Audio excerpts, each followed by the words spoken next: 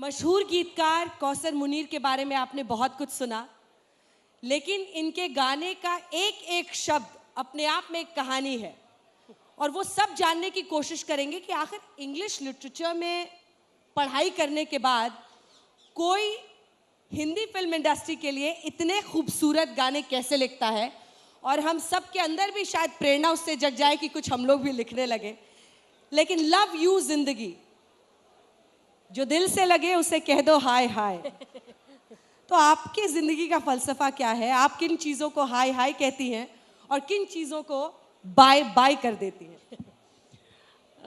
नमस्कार। आज तक अंजना जी आपने एक क्या कहते हैं परिचय में कई सवाल भी पूछ डाले। तो सबसे पहले तो मैं बता दूं कि जो मेरे घर का माहौल था जब मैं छोटी थी, जब बड़ी हो रही थी, वो कुछ मेरे ख्याल से हिंदुस्तान का एक बहुत ही क्या कहते हैं एक सही प्रतीक कह सकते हैं, एप्ट। क्योंकि मेरी पैदाइश हुई एक घर में जहाँ पे अदीब थे, अलीगढ़ मुस्लिम यूनिवर्सिटी से ताल्लुक़ था। मेरी दादी सलमा सिद्दीकी, उनके शौहर कृष्ण चंद्र बहुत बड़े अफसाना निगार। और जब मैं लोगों को बात करते हुए सुनती थी तो मुझे थोड़ा सा कन्फ्यूजन होता था। हिंदी, उर्दू, पंजाबी, मराठी, अंग्रेज़ी। अब जैसे मेरी दादी सलमा सिद्दीकी साहिबा वो कभी कहती थी कि अरे भाई वो तो बड़ा मोरान है, अटरंडम कुछ भी कह जाता है। तो मैं बहुत देर तक समझती थी कि अटरंडम उर्दू का शब्द है, उर्दू का लफ्ज़ है, but what he was trying to say was at random. या मराठी में सागर को दरिया कहते हैं। हाँ। तो बहुत दिनों तक मुझे लगा कि सागर समंदर है वो दरिया है। बाद में पता चला नहीं, नदी जो होती है उर्दू में वो दरिया है। तो ये एक बहुत अच्छी चीज़ हुई कि जो ज़मीन जो बनी मेरी वो पढ़ के नहीं, वो सुन सुन के बनी। और शायद तभी कॉलेज में मैंने कुछ रिसर्च वर्क, स्क्रिप्टिंग वर्क शुरू कर दिया। जस्सी जैसी कोई नहीं मैंने गीत नहीं लिखा था, मैं बतौर राइटर मैंने शुरुआत की थी। Title track? No, screen writing जी, स्क्रीन प्ले लिख रहे हैं। बिल्कुल। जैसे बजरंगी भाईजान के भी डायलॉग लिखे हैं मैंने, तो स्क्रीन राइटिंग तरह तरह की। तो इंग्लिश में भी कंसल्टेंट थी आप, कुछ आपने इंग्लिश जी बिल्कुल, वो अपने आप में कहानी है। क्योंकि श्रीदेवी जी जब वो आई दोबारा इंग्लिश में, तो वो कैरेक्टर ऐसा था कि उसको अंग्रेज़ी बोलने में दिक्कत होती है, लेकिन हिंदी में बिल्कुल, वो हिंदी उनकी पहली भाषा है।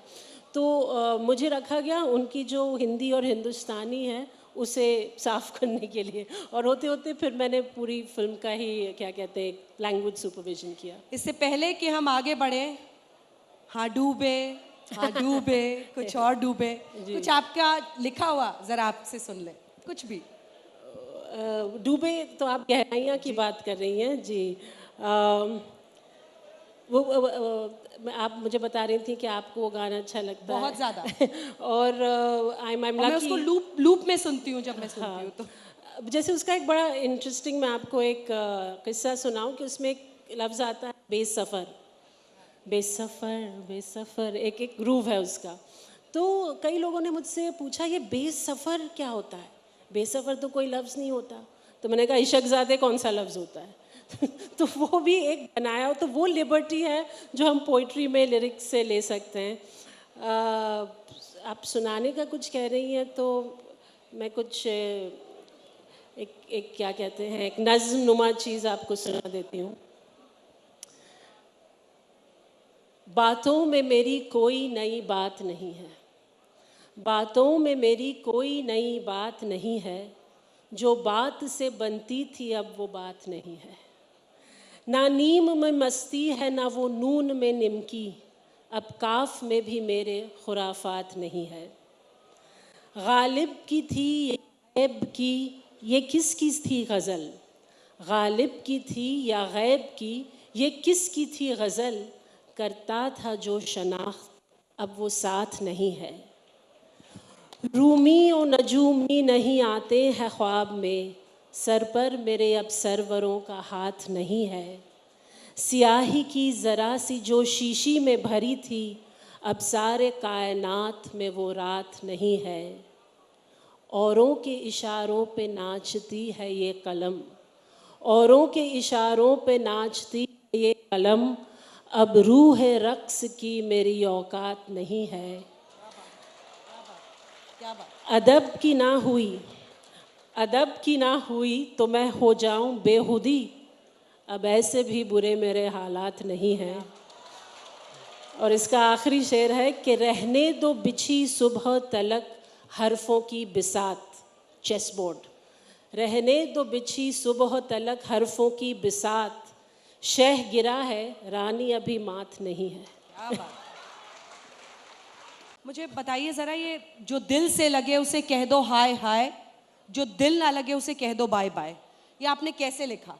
और ये कॉन्फिडेंस कैसे आता है कि अगर ऐसे कोई बोले और मैं ऐसा लिख के दिखाऊं तो मुझे लगेगा कि ये शायद पसंद ना आए किसी को, बट आज वो हर किसी की जुबान पर चढ़ा हुआ है। तो ये कैसे आपको वो कॉन्फिडेंस कैसे आता है कि ये शब्द सही है और ये गाना मतलब इसमें बात है? तो देखिए, इसी गाने का आप एग्जाम्पल ले लीजिए, जो दिल से ना लगे उसे कह दो हाय, आई मीन द अंग्रेजी वाला हाय, उसे ना लगे उसे कह दो बाय। और उसका बड़ा ही सिंपल हो गया, लव यू जिंदगी। सुनने में लगेगा इसमें कौन सी बड़ी बात है, ये poetry. I had a far difficult time writing this song than the song in the same year which I wrote for a film called मेरी प्यारी बिंदु, और वो गाना था माना कि हम यार नहीं। क्या गाना है। बिल्कुल, लेकिन वो मेरे लिए ज़्यादा आसान था। माना कि हम याद नहीं, वो गज़ल नुमा, उसमें पोइट्री है, उसमें शायरी है। इजियर था लिखना? ईजियर था। उसमें भी आपको ऐसे म्यूजिक सीन सब कुछ बता दिया था? बिल्कुल, लेकिन बात ये थी कि वो फॉर्मेट सीधा था। वो दर्द दिल की बात हो रही है, बिछड़ने की, जुदाई की, अलहदगी की, वो यूनिवर्सल इमोशन है। वो जो मोहब्बत के गीत होते हैं, दिल टूटने के गीत होते हैं, वो बिना आपको अगर वो ज़ुबान नहीं समझ में आती, वो तमिल गाना हो, पंजाबी गाना हो, वो स्वाहिली गाना हो, आपका उसको इमोशन समझ में आ जाता है। ये अलग बात है कि लोगों ने उसकी शायरी को अप्रिशिएट किया। लव यू जिंदगी was very hard. It's very hard, like I say, to do comedy for actors. It's very hard to appeal to a young children's audience. मुझे बड़ा अच्छा लगता है कि ये लव यू जिंदगी एनुअल डेज में बहुत बजता है, तो आई एम वेरी बड़ा हैप्पी सा अच्छा सा सॉन्ग है। उसमें टीचर्स को भी परेशानी नहीं होगी, जैसे शब्द आपने लिखे हैं जी। कि कुछ भी ऑब्सीन नहीं है या कुछ हिंट नहीं करता है बहुत। करेक्ट। बट अभी जिस गाने का आपने जिक्र किया जी। कि आपके लिए लिखना आसान था, वो हमारे लिए सुनना सबसे अच्छा रहेगा। अगर वो दो लाइन आप गुनगुना दे, बहुत खूबसूरत गाना है। माना कि हाँ, तो मैंने उसको पहले एक पोएम नुमा, जैसे गज़ल नुमा फॉर्मेट में लिखा था, और फिर उसको थोड़ा सा I must give credit to Aditya Chopra and Sachin Jigar, जो म्यूज़िक कंपोजर्स थे, कि उन्होंने ज़्यादा छेड़खानी नहीं की उसके साथ। तो वो माना कि हम यार नहीं, लो तय पाया के प्यार नहीं, माना कि हम यार नहीं, लो तय पाया के प्यार नहीं, फिर भी नजरें ना मिलने देना, दिल का कोई एतबार नहीं। रास्ते में कहीं जो मिल जाओ तो हाथ मिलाने रुक जाना, जो साथ में कोई हो तेरे तो दूर से ही मुस्का जाना, लेकिन मुस्कान भी हो ऐसी कि जिसमें कोई इकरार नहीं, नजरों से बयां ना कर देना वो जिससे हमें इनकार नहीं। कितनों को लग रहा है कि उन्हीं की कहानी है ये?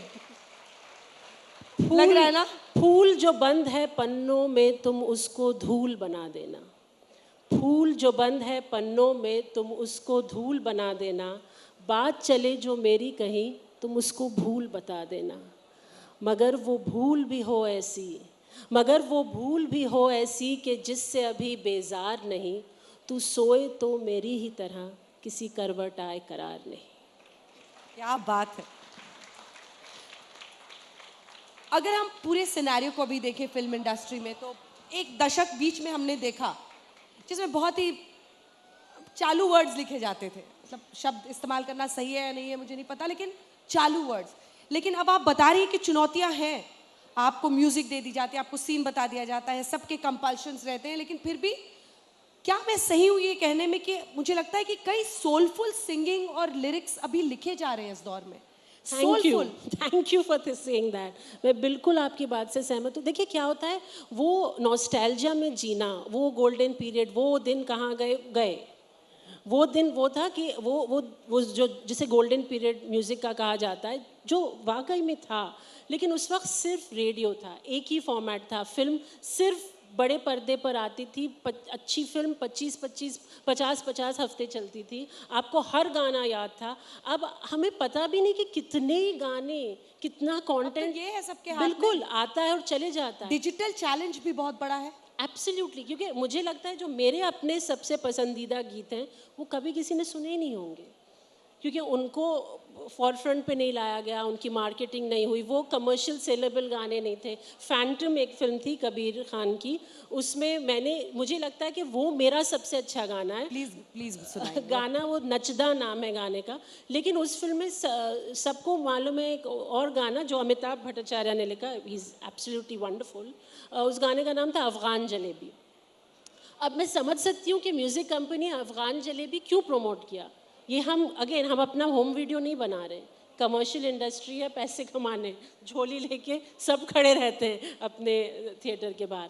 लेकिन तो वो कहना गलत है कि लिखे नहीं जा रहे हैं। एंड आई एम तहे दिल से गाना एक शुक्रिया। बार बता दें, आपने बताया आपका फेवरेट गाना है। अब मैं फंस गई कह के, क्योंकि मुझे खुद एग्जैक्ट वर्ड्स याद नहीं। लेकिन नचदा वे तेरा सीना, नचदे वे मेरे कंधे, ढोएंगे नचदे वे तेरे कंधे, नचदा वे मेरा सीना, ढोएंगे ईमान कैसे दिल के दोनों नाबीना, नचदा बादल नचदा आंचल, नचदा आँखों का सावन, नचदा गश खा के आसमां। और उसमें आगे वो नचदा वाला जो फॉर्मेट है, वो रोटियों के लिए और चूल्हे के लिए और भूख के लिए और आज़ादी के लिए, हर चीज़ के लिए यूज़ लेकिन किया चल गया। गई अफगान जलेबी। जलेबी का क्या करना अब? वो तो अब लोगों को फिल्म देखने भी आना होगा। मैं एक और चीज़ आपको बता दूं फिल्मों के बारे में, ट्रेलर और जो गाना होता है, ये पूरी बहुत ही ज़बरदस्त किस्म की मार्केट रिसर्च की गई है, कई कंपनियों ने की है। कभी कभी पोस्टर, लेकिन जो फिल्म का ट्रेलर होता है और जो पहला गाना होता है, 75-80% जो जनता होती है वो उसी को देख के डिसाइड करती है फिल्म देखेंगे कि नहीं, हॉल में जाएंगे कि नहीं। तो I am pretty sure then the powers that be decide Afghan jalebi and not नचदा। लेकिन फिर प्रेशर भी उतना ही रहता होगा आप पर कि कौसर यार ऐसा गाना लिख दे कि बस फिल्म हिट हो जाए। देखिए, हम कुछ लिरिसिस्ट हैं, गीतकार हैं, जो बहुत ही और वाकई में करीबी दोस्त हैं।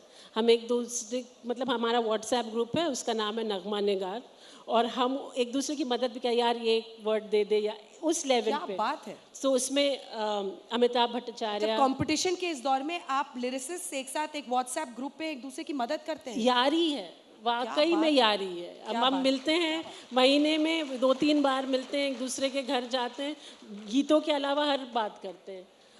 अमिताभ भट्टाचार्य, स्वानंद किरकिरे, वरुण ग्रोवर, अन्विता दत्त, अमित त्रिवेदी और मैं, ये हमारा कोर ग्रुप है।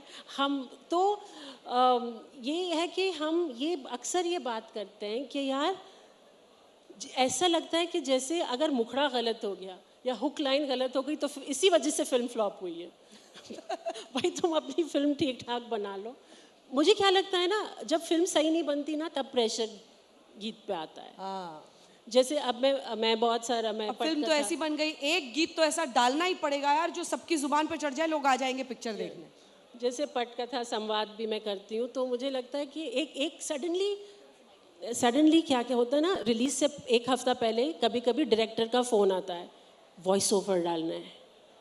वॉइस ओवर डालना है मेरा मतलब है कुछ गड़बड़ है। अच्छा, वॉइस ओवर क्यों? मतलब कहीं पे कुछ समझ नहीं आ रहा है, कहीं पे कुछ कड़ी मिसिंग है। अच्छा। अब हम एक वॉइस ओवर डाल देते हैं पीछे से, तो समझ में आ जाएगा। मुझे लगता है जो गीतकार है वो वही करता है, patching up of your what you did wrong.